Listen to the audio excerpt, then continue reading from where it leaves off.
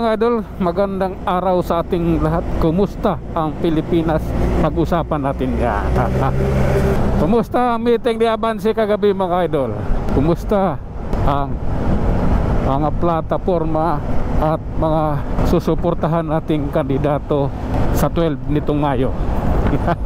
Ako, nakatutok ako mga idol sa Duterte. Duterte lang ako.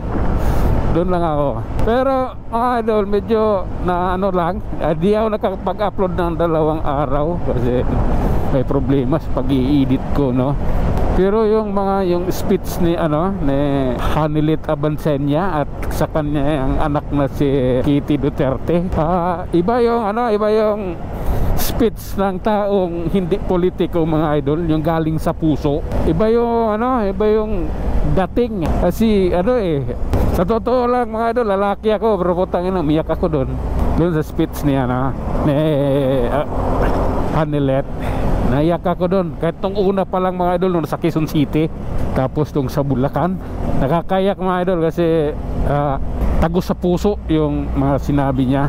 At kagabi nga yung niya sa meeting di Abanse, so doon ko napagtanto na kaya nangyayari kay dating President Duterte ito mga nangyari sa kanya ngayon, dahil yan sa political harassment or ano pa man.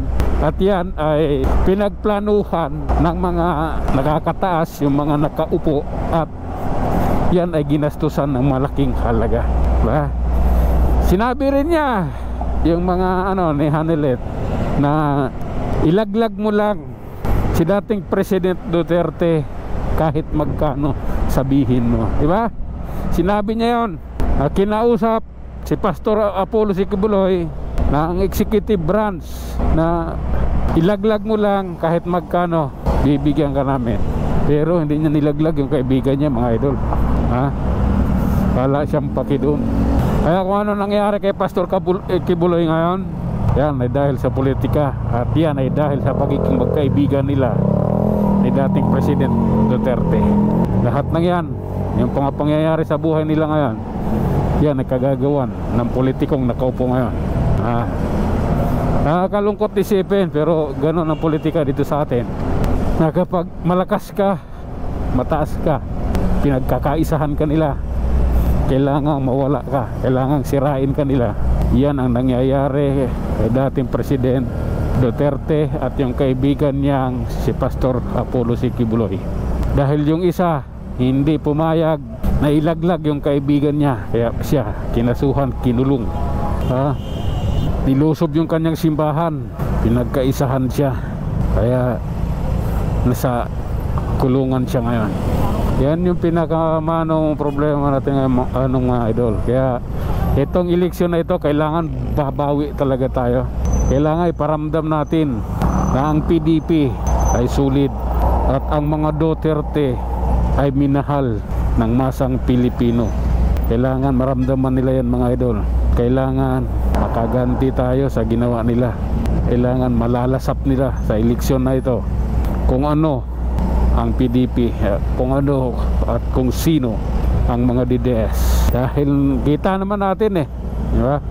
Si Kitty Duterte nagsalita rin doon. Ako bilib ko doon, ayaw kong panoorin yung mga speech niya ni Kitty Duterte, ayaw kong panoorin. Alam niyo kung bakit? Bata kasi siya, tapos sa isang tulog lang nagiging mature.